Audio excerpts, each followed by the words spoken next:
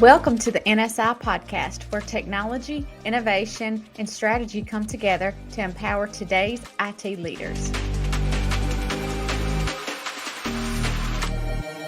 Welcome back to the podcast. Today, we're joined by Annebelle Davies, high performance coach, as we explore what it truly means to lead under pressure, from executive burnout and emotional resilience to clarity, boundaries, and recovery after major incidents. This conversation is all about sustaining high performance without sacrificing your health, relationships, or purpose. We have Annebelle Davies on today. She's a high performance coach, and her number one job is a mom to 5 boys. So we're so excited to have her on the show today, and we're going to be talking about high performance. So let's start off with, for our executives who may not be familiar with the term, what does high performance coaching mean? And actually, what do they actually do? Yeah, high performance coaching, I come alongside one-on-one with executives, and we help them just enhance their self-leadership skills, their communication, their clarity on what success looks like for them, both in their careers and outside of their careers, home life. And we help them just execute more quickly, make faster decisions, and just, to summarize, become better leaders without it costing their health and their relationships. Okay, great. Well, what results do you typically see when high performance coaching is working well in the beginning? Ooh, I love this question because it's like what brings me fire to what I do. The results I see typically is a lot of people getting more self-awareness of what their blind spots are. When we can have that self-awareness of what, like, maybe the areas that we're missing, that's where we get to grow. And so they end up having greater understanding of what they actually want in life. What does success actually look like in my career? How can I actually show up and better serve my team, my family in a way that feels good to me, that I can actually hold it and that level of success? And they're way better communicators, and they have, I want to say, there were studies done, and there were actual stats of the ROI for, like, the level of success that people feel. And in my field, those who've done high performance coaching, it's a 9.8 out of 10 rating, like success rating, like client satisfaction rating, which is unheard of in the coaching industry. And the average return on investment, based on what clients say, is it's at least a 10x return on investment, because they feel more fulfilled and successful across the board. Wow. Well, this isn't about me, but I will say, from just one session with you, I saw changes, with my mindset and behavior, and then results came with just one session, so I can't say enough about how much it does help. And like you say, set up that framework and get fulfillment in your job and being a leader at home and at work. It's great all around. I really advocate for it, for sure. So, and for what it's worth, I just want to say I loved working with you. And one of the key pieces that you really applied to this is you did the work. Mm-hmm. Like, coaching isn't going to work for you if you just want to talk, like, sort of verbally process and dump your thoughts and not actually take action. So this is for the action takers, the doers, the people who actually want to change. And seeing how quickly you implemented things was it was incredible. I'm so proud of you. Well, thank you. Well, in today's world, we all operate, I feel like, in constant complexity with technology changes, talent shortages, and then also risk and speed. Like when the executives and in a cyber risk, scenario, what defines high performance at that executive level now with all those constant complexities? Yeah, I actually had the privilege of looking and studying more on, how do you pronounce it? CISO or CISOs? CISO Positions, CISOs. CISOs. Okay. Mm-hmm. And just what all goes into cybersecurity and the positions and the stressors and the risks. And I've worked with some people in the tech world and cybersecurity, and even then I wasn't aware of just how high stress and the turnover rates and the challenges that you dealt with in leadership in that industry until I started researching it more. And it sounds exciting and an insane amount of stress. So to circle back to your question, how can you rephrase or restate the question just so I'm making sure I answer it? What defines high performance at the executive level now? Because I feel like at the executive level, you're at the top of your game. You're, what defines that high performance level? So what makes you a high performer in an executive position? Yes. Is that yeah. Let's see. Obviously, it's going to depend on the individual and the position, but I would say across the board, regardless of what leadership position you have in a company, it's going to come down to your clarity, your ability to stay emotionally mature and centered, use your influence to not only lead yourself, but your team. And it's going to come down to you being as highly productive as possible and staying in your purpose and mastering your purpose and your sense of autonomy and agency in your position. I don't know if that sounded like a word salad or if that made sense, but yes, it did make sense. Thank you. Well, cyber leaders often they're always, like you said, always on in crisis mode. I mean, we've heard of so many scenarios from a CISO of a school district. I mean, you can imagine the stress they're under with violence or a school shutdown or a cyber incident. There's so many incidents that could happen. So how can high performers maintain clarity and effectiveness in this constant pressure? Yeah. So to make sure that I'm understanding the position correctly from what I've read and researched, their position is almost constantly under fire. It's not if an attack happens or if a breach happens, it's when, correct? And oftentimes it's not just a slap on the wrist consequence if it's not handled well. It's often either the cost of the person's position, the Right. person's position in the company or possible legal ramifications. Do I have that right? Mm-hmm. Okay. So just so I'm understanding the position and like just how much pressure, it's not just, oh, I'll just get another job. It's like, no, there's real life consequences here. Right. On top of the client consequences and breach of activity. So how can you stay in high performance mode with that and without letting the stress get to you? I think this comes to what habits and systems and accountability practices do you have in place to both fight and prevent burnout? Because it sounds like burnout is going to be is probably one of the most painful factors in a position like that, correct? Right. Because if you're always on, you have and you're not resting, you're likely burnt out, and then you're going into habits that are not serving you. Maybe it's alcoholism or dissociating or maybe you're not staying present in a moment because you're so stressed. So you end up making poor decisions because, so it's like this cycle, correct?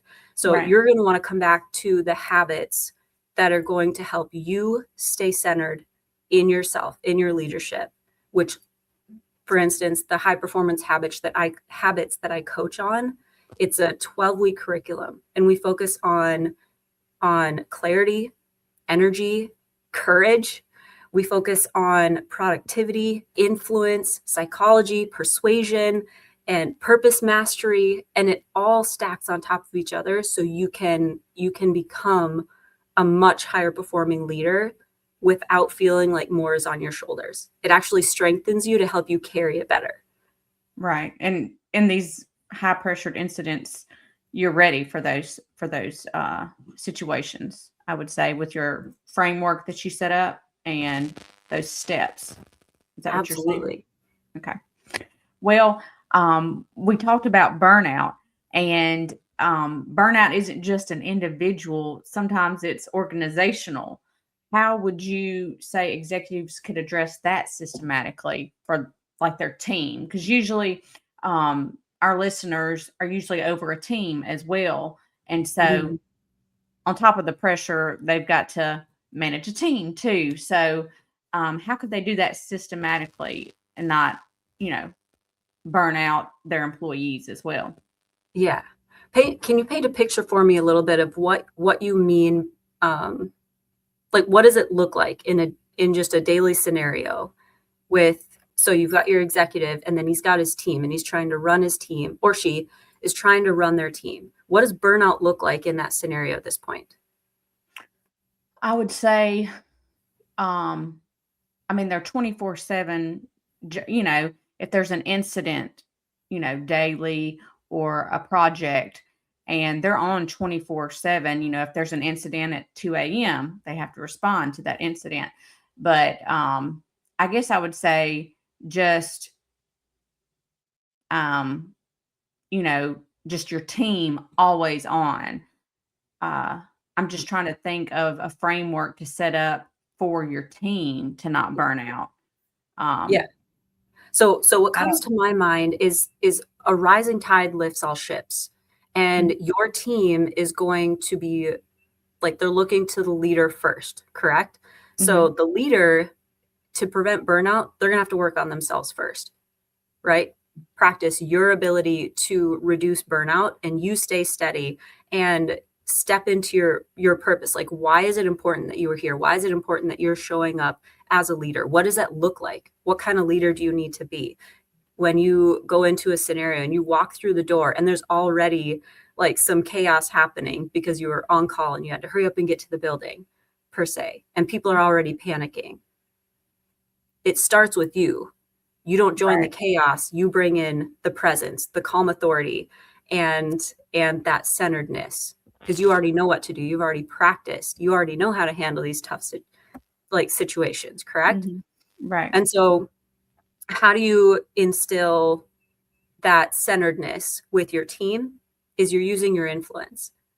It begins with, so there was a really cool study and it showed, I forget who did it. I should have wrote down, but it did this study on in the workforce where the employees who bring a positive attitude, like they lead themselves well, they're emotionally mature, they're centered, they're go-getters, they're able to not panic in a situation, mhm, they uplift the team by like 25%.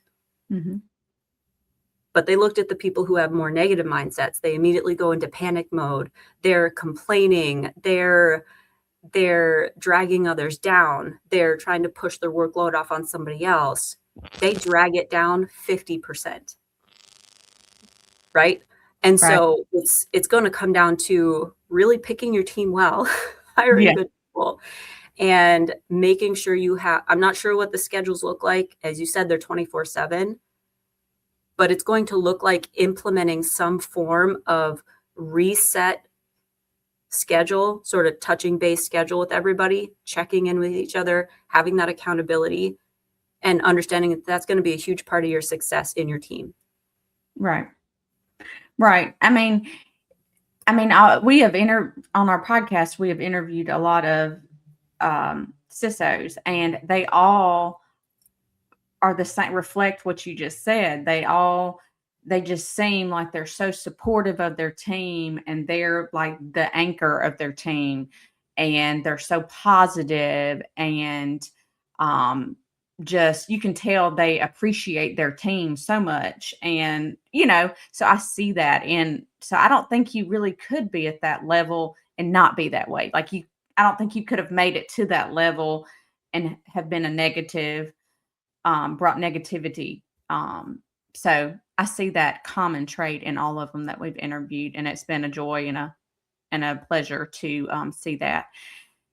I love Um, hearing that. but I know a lot of listeners also are trying to make their way to that level. So I did want to touch on that so they would know, what's the next step? What kind of leader do I need to be to get to that level? Yeah. So, It's going to and, begin with themselves. yeah, Like, you're not blaming anyone else for your circumstances. You're focusing on your own personal growth and development. And it's right. not going to, like, a mindset that I think would really serve them, which it sounds like the leaders already have embodied this. You just said that they are so in service mode to Mhm. their team and their job and their purpose. And I would say that those who are in burnout on a team and they want to rise is to really step into that servant leader mode, instead of like, oh my gosh, like being I mean, self-conscious or, oh, I'm so tired. It's okay, I got to get out of my head, get out of my head and into my hands. How can I serve and use these for good? and I feel like that's in every aspect of our lives, not just work. I mean, how can I be a service to your husband or wife or family or church or, and then it feeds off into your work as well. But I feel like that's a good rule of thumb. Like, how can I serve others better? Just even as a human. I feel like Absolutely. we all, I think everybody misses the mark on that at some point in their lives. So we could all strive to do that. Um, and we touched on I heard a little bit about boundaries. We probably need to talk about boundaries. I feel like that's a big topic, like to establish boundaries and what that looks like. Especially for these 24/7 roles, which I don't feel like, they don't work 24/7, but it's just like they might have a call once a month, at 2 a.m. It's not an all the time type scenario, Yeah.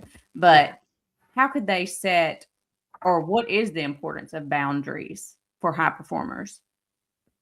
The importance of boundaries for high performers, or anyone really, is if you're not protecting what's actually important to you, you're going to get overloaded so quickly, Mhm. and you're going to waste so much time and probably years doing things that don't actually matter. They're not making the kind of impact you want. It's likely damaging your relationships and your health. And then years later, you're going to look back and be like, oh, dang, I am not where I want to be. And I'm not even on the trajectory because I've been allowing everybody else's schedules, wants, and requests to dictate my life right now. So Right. let me um, paint. So let me give you like a tool, or it's called the Eisenhower matrix. Have you heard of it? No, I have not. Okay. So Teach me something. okay. So what I see happen often, especially with boundaries in high achievers and high performers, is because, okay, so first off, high performers, leaders, executives, and whatnot, they're doers. They're very hard workers. They are typically highly disciplined. And it's harder for them almost to rest than it is to just stay busy and actually do the things, right? Mhm. And so you've got this person who's used to being always on, and then they're promoting at work, or they get new jobs, and they're forgetting that they have a team oftentimes, or they're losing the skill of prioritizing their time well. So the Eisenhower matrix, it's like a productivity hack. It helps you make faster, better decisions, and it takes you out of reactive mode into proactive mode. So imagine you've got this axis, right? And so over here you've got not important, important, you've got urgent, and not urgent. If whatever task or situation you have is both important and urgent, you do that. It's like, okay, I'm doing that. If it is urgent and not important, you delegate it. If it is important but not urgent, you do it later, schedule it, whatever you need to do. And then if it's not urgent and not important, you delete it. And this is sort of like a quick, if you're overloaded with a lot of decisions and you're not sure how to prioritize it, you have to prioritize it, even if they all seem urgent and important, right?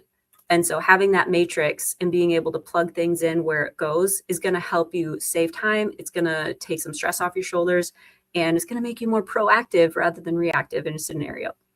So Right. I'll have to look that up for sure. Yeah. I like that. I like that delete.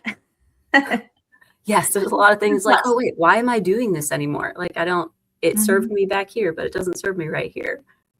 Right. I like that. Well, how should leaders recover after major incidents or failures? Like when there's a big cyber incident, what's a good advice to recover from that? Okay, so let me clarify. So what would happen?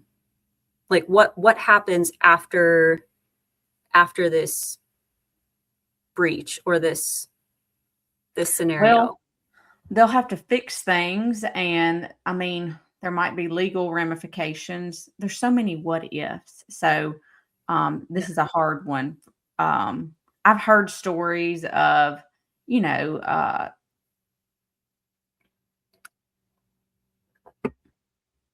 I'm trying to think, like getting into a network and creating false POs and getting like pallets and pallets of laptops shipped over here, and it's not a legitimate order. Just things like that. Okay. You know. So are you asking how do they recover, like mentally and physically, or how do they recover in their position? Or I guess putting the team back together and learning from the incident. Yeah. Okay. So not knowing the exact scenario, I would say first they need to claim it. Like I know it's really easy in a situation, especially from what I understand in this position, a lot of the things that go wrong are out of your control. Like your job is to try and foresee where this security breach or whatever is going to come from, but you don't know exactly where. So you got to be creative. And sometimes that means that it's going to drop the ball and there's a breach. And so now you're trying to recover from that. You're trying to manage your team, clean up, maybe deal with the press. I'm not sure. and also keep yourself emotionally stable. Right. And not taking it, to extremes. So I would say one of the best questions that I would encourage anyone in that position to ask is, who do I need to be in this situation? And how do I need to show up so where no matter what happens, when I look back, I can look back with the least amount of regret and the most amount of I'm proud of how I handled that. So for instance, this isn't exactly tech related, but I know for me, I had escaped domestic abuse with my 2 toddlers. I know you know that part of my story. Mm-hmm. And I had a decision to make. I could decide to keep I could decide to be sorry for myself and soak in all the pity of the people around me and just let, government assistance or whatever take care of me and just live like that. Or I could work to get up on my own 2 feet. I could get a job, finish schooling, and decide, okay, what kind of mom do I want to be for my kids right now? I can't allow my pain and trauma and whatnot to keep bleeding out on them. Mm-hmm. So the path of least regret is going to look like me handling that on my own, so my kids don't have to pay for it. It's going to look like me feeling more empowered and trusting myself because I'm paying for our groceries and stuff, not relying on the government for it, or at least getting to that point so I could. And it's going to look like me healing and being open to a love in the future, so I'm not just never going to be in a positive relationship again because someone hurt me. Does that make sense? But it came to a decision. In the moment, it felt like my entire life was destroyed and like in shambles. So it's going to take whatever situation, if you're in recovery mode and you're keeping your team positive and everything, it's like, all right, what does success look like? The best possible outcome. Who do I need to be? What characteristics do I need to embody right now? And what actions can I take right now that's in my control, my power? So when we look back after we've cleaned up this mess, we can be very proud of how we handled it and proud of ourselves and feel good in ourselves for how we handled it. Yes, that's good advice. I mean, what's the next best step? What can our next best decision and what can we learn from that as well and just move on, move towards the light, I say. And yeah. And anyway. I think I don't know about everybody, but I've seen that just working with a lot of different leaders, it is really hard to, some of them really struggle with accepting their responsibility of moving forward. Even it's blame and responsibility are different, right? And so I don't know if I want to go on that tangent. Maybe I'll just pause right there. But don't blame yourself. Don't beat yourself up about it. Admit when you're wrong. Accept that you made a mistake. Don't beat yourself up. Don't let other people beat you up and move forward. Right. That brings us to the end of part 1 with Annebelle Davies, where we focused on leadership under pressure at the individual level. In part 2, we expand the lens to teams and culture, looking at how leaders evolve from problem solvers into strategic business leaders and why communication and energy matter more than most realize. Thank you for listening to the NSI podcast. Don't forget to hit that subscribe button and share the episode. Got questions or topics you want us to cover? Reach out. We'd love to hear from you. For more information, visit us at nextstepinnovation.com.